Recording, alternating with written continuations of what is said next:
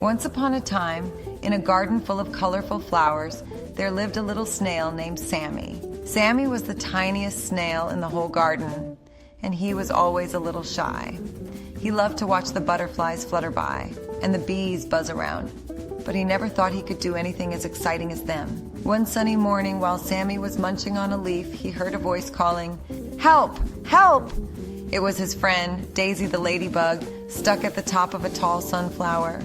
Sammy knew he was slow, but he also knew he had to help.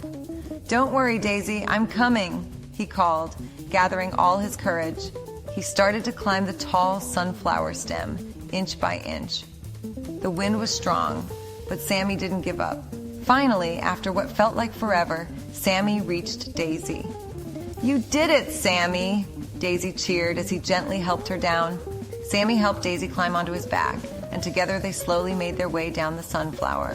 When they reached the ground, all the animals in the garden cheered for Sammy.